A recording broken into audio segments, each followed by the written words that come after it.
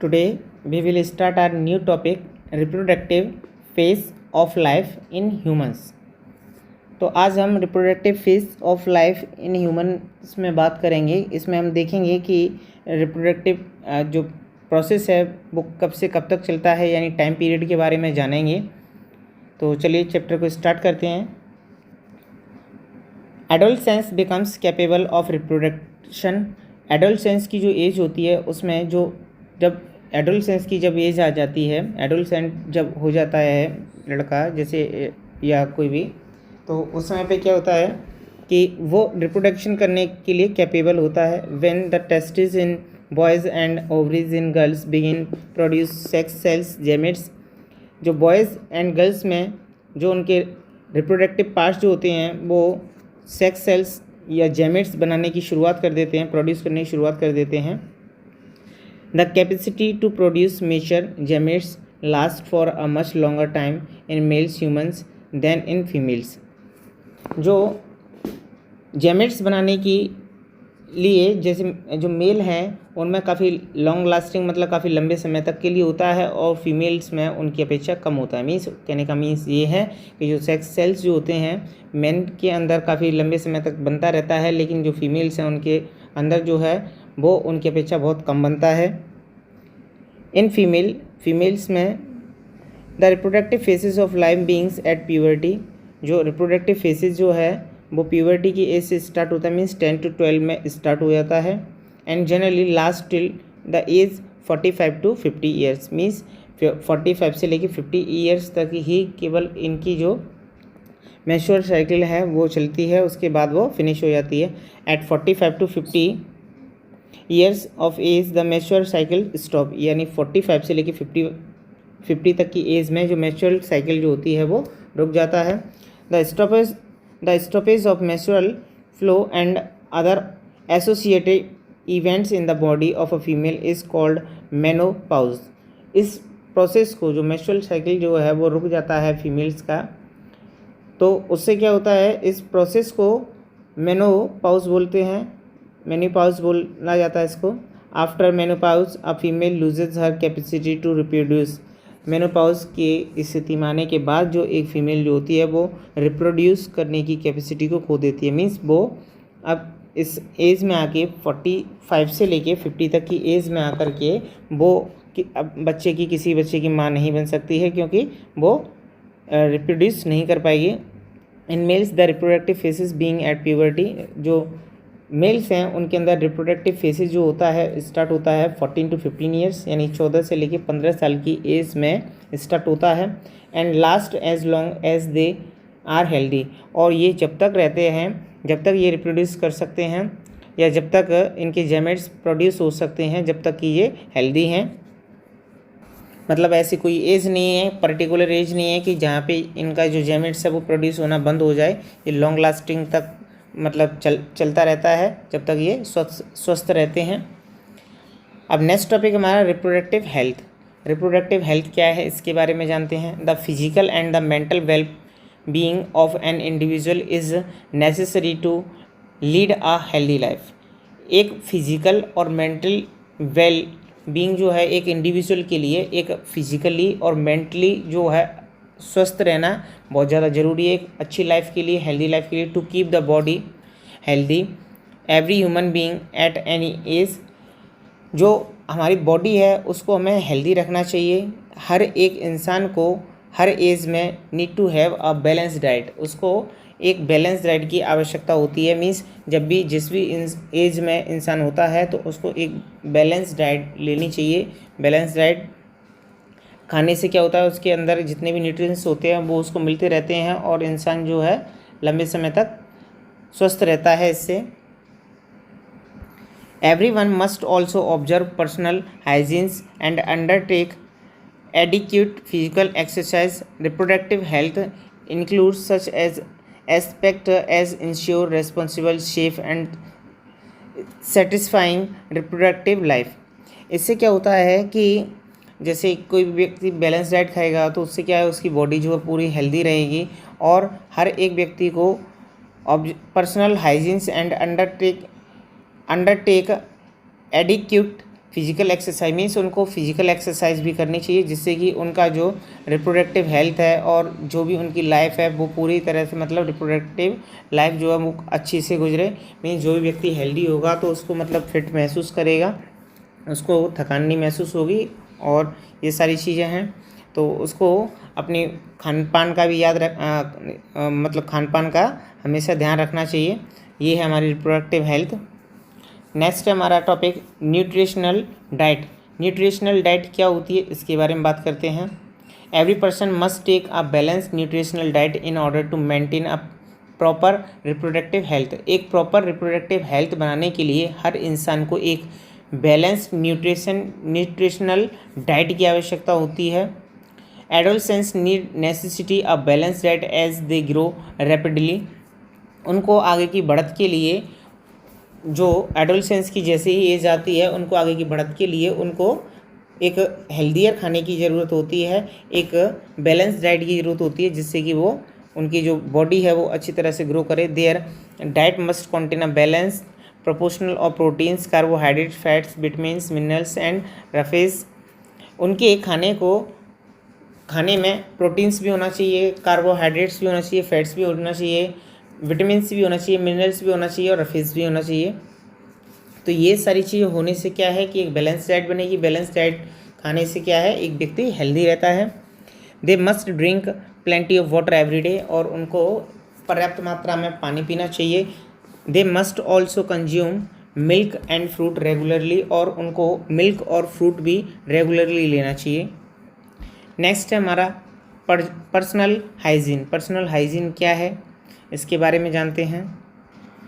Right from childhood to the end of the it is necessary to observe personal hygiene in everyday walk of life.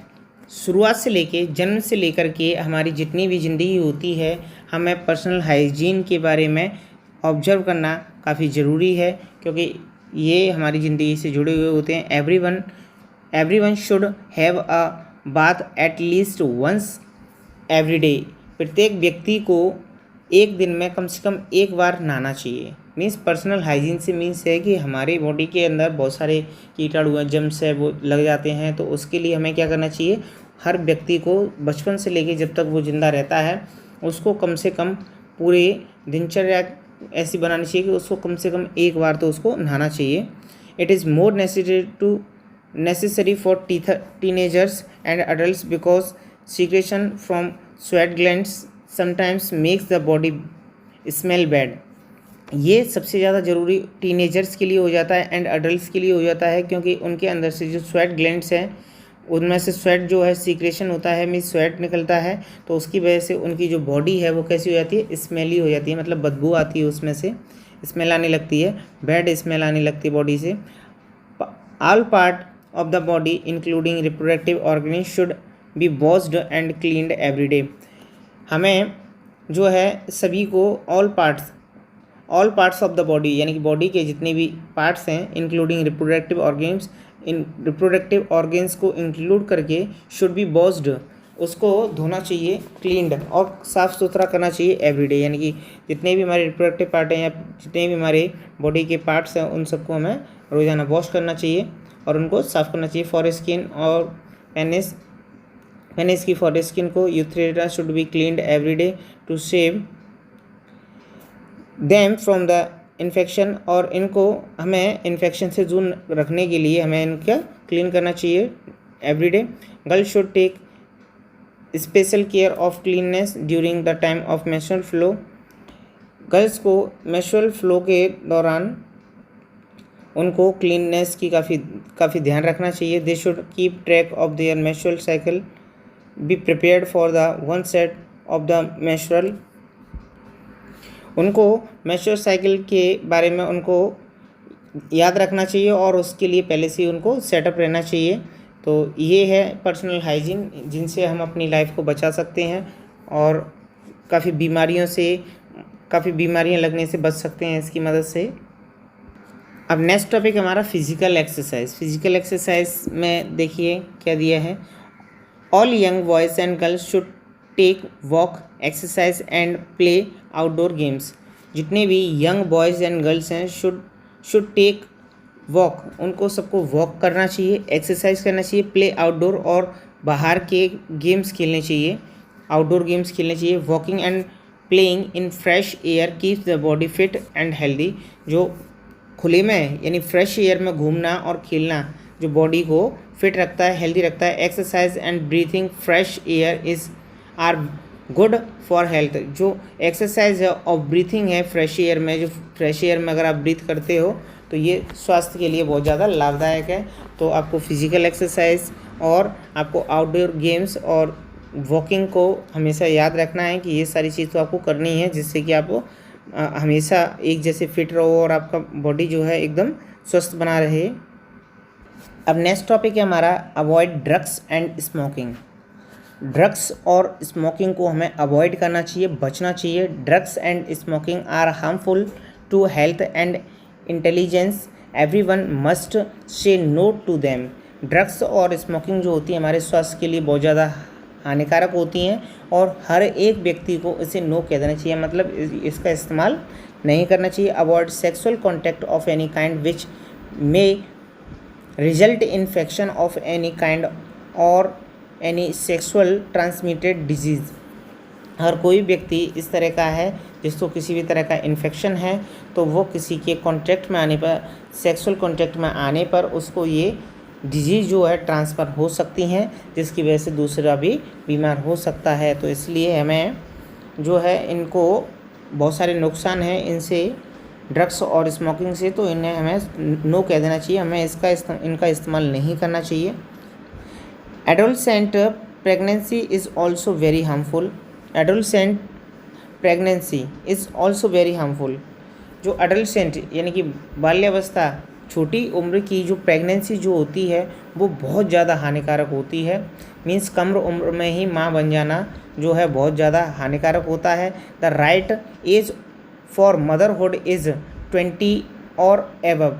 जो माँ बनने की सही उम्र जो दी गई है वो है आपकी 20 और 20 से ऊपर, यानी कि जब भी जो माँ है, अगर कोई भी महिला जो है या वुमेन जो है प्रेग्नेंट होती है तो उसके लिए जो सही एज जो दी गई है वो 20 एबव दी गई है, कि उसकी जो एज है कम से कम 20 होनी चाहिए। मोर देन 20 हो तो कोई दिक्कत नहीं है। One must take up the responsibility of the parenthood only when one is properly settled in his life. One must take up the responsibility. जो रेस्पॉन्सिबिलिटी है प्रत्येक को जो है रेस्पॉन्सिबिलिटी को समझना चाहिए। पेरेंट्सहुड मीन्स जो आपके माता पिता बनने की जो रेस्पॉन्सिबिलिटी है उसको हर एक को समझना चाहिए जब वो अपनी लाइफ में सेटल्ड हो जाए। उसके बाद it will keep a personal mentality physical emotionally and financially in a better position and the child can be cared in a better way. जो it will keep in a person, एक व्यक्ति को mentally, physically, emotionally and financially ये सारी चीज़ों में fit रहना चाहिए। बेटर पोजीशन के लिए, यानी कि अगर आप खुद को बेटर पोजीशन पे अगर आपको देखना है तो उसको मेंटली है, फिजिकली है, इमोशनली है और फाइनेंशियली है, ये इस सब में उसको अपने आप को बनाए रखना होगा ठीक तरीके से। Better position and the child can be cared in a better way. और बच्चे को एक अच्छी परवरिश दे सकते हैं। इसके बेसिस पे क्या हो सकता है कि एक बच्चा जो है उसकी जो केयर है वो काफ़ी अच्छे से कर सकते हैं। सम माइंस एंड सोशल टैबूज, तो ये क्या है इनके बारे में जानते हैं कि जो सोशल में जो बेकार की बातें चलती हैं और अफवाहें हैं उनके बारे में बात करते हैं कि किस तरह की कुछ अफवाहें हैं जो चलती हैं समाज में, उनके बारे में बात करते हैं। You have now learn the scientific fact related to reproduction in human beings. अब आप ये पढ़ चुके हो साइंटिफिक फैक्ट जो है क्या है रिप्रोडक्शन का ह्यूमन बींग्स में, यानी ह्यूमन बींग्स में जो इंटरकोर्स वाला जो मेथड है उसी के बेसिस पे ही जो है रिप्रोडक्शन हो सकता है ह्यूमन बींग्स में, अदरवाइज कैसे भी नहीं हो सकता है। There are many wrong notions about the man and women. बहुत सारी जगह मैन और वुमेन के बारे में रॉन्ग नोशंस हैं वो क्या है, and their sex life. For example there are myths taboos regarding bodily changes in adolescence. Some of myths are जब उनकी बॉडी में बदलाव होते हैं या एडोलसेंस की जब एज में आते हैं तो उनसे रिलेटेड कुछ माइथ्स दिए गए हैं, जो कि अफवाहें दी गई हैं, जो उनके बताई जाती हैं या उनको सुनने मिलता है। अ girls becomes pregnant if she looks at a boy during menstruation। अगर एक लड़की menstruation के दौरान अगर एक लड़के को देख लेती है तो वो प्रेग्नेंट हो जाएगी। ये ऐसा माना जाता है, अफवाह है, ये ऐसा सत्य नहीं है, केवल ये अफवाह है जो कि समाज में चलती है। Physical contact even touching by a boy makes a girl pregnant. ऐसा भी बोला जाता है अफवाह के रूप में कि अगर एक लड़का एक लड़की को टच कर लेता है, एक बॉय जो है गर्ल्स को टच करता है, ओनली टच ही करता है, तो भी वह गर्ल्स जो है प्रेग्नेंट हो जाएगी। The mother is responsible for the sex of her child. जो माँ है वह बच्चे के, जैसे लड़का पैदा हुआ है या लड़की पैदा हुई है तो उसके लिए केवल माँ ही रेस्पॉन्सिबल होती है, फादर नहीं। तो ये भी ऐसा माना जाता है, ऐसा अफवाह है, ये ऐसा सत्य कुछ भी नहीं है। A girl should not be allowed to work in kitchen और हैंडल फूड ड्यूरिंग मेंस्ट्रुएशन। एक लड़की को काम करने की, किचन में काम करने के लिए अलाउ नहीं किया जाता है, बाध्य नहीं किया जाता है। To handle food during menstrual, और उसको खाने से भी दूर रखा जाता है ये मेंस्ट्रुअल साइकिल के दौरान। तो ये भी क्या है, ये सब अफवाह है, ऐसा कुछ भी नहीं होता है। Loss of semen is the loss of energy, और ऐसा भी ये अफवाह है कि लॉस ऑफ सीमेन के लॉस होने से एनर्जी का लॉस होता है। तो ऐसा कुछ भी नहीं है, जो ओनली केवल अफवाह है। You may come across many others myths and taboos. आप बहुत सारी माइस और टेब्यूज़ के बारे में भी सुना होगा आपने, बहुत सारी और भी अफवाहों के बारे में सुना होगा। सिंपली डिस्कस देम, उनको सबको डिस्कस कर देना चाहिए, मतलब उनको सबको बिल्कुल नहीं मानना है हमें। ये सारी चीज़ें सब केवल अफवाहें हैं। अ टेब्यूज़ इज़ ए सोशल और religion custom that prohibited restrict a certain behaviour और प्रैक्टिस। जो कि ये सारी चीज़ें क्या है, जो अफवाहें हैं, केवल एक सर्टेन प्लेस पे चलती हैं। जैसे कि वहाँ ऐसा बोला जाता है तो उसने उससे सुना, उसने उससे सुना, तो इस तरह से ये फैली हुई होती हैं। तो ये केवल अफवाहें हैं, ये इनमें ऐसा सत्य कुछ भी नहीं है। और अब हम इसका नेक्स्ट टॉपिक में, हम अपने नेक्स्ट वीडियो में हम इस चैप्टर को फिनिश करने वाले हैं। Endocrine system, hormones, endocrine glands, इन सभी टॉपिक्स को हम अपने नेक्स्ट वीडियो में कंप्लीट करने वाले हैं।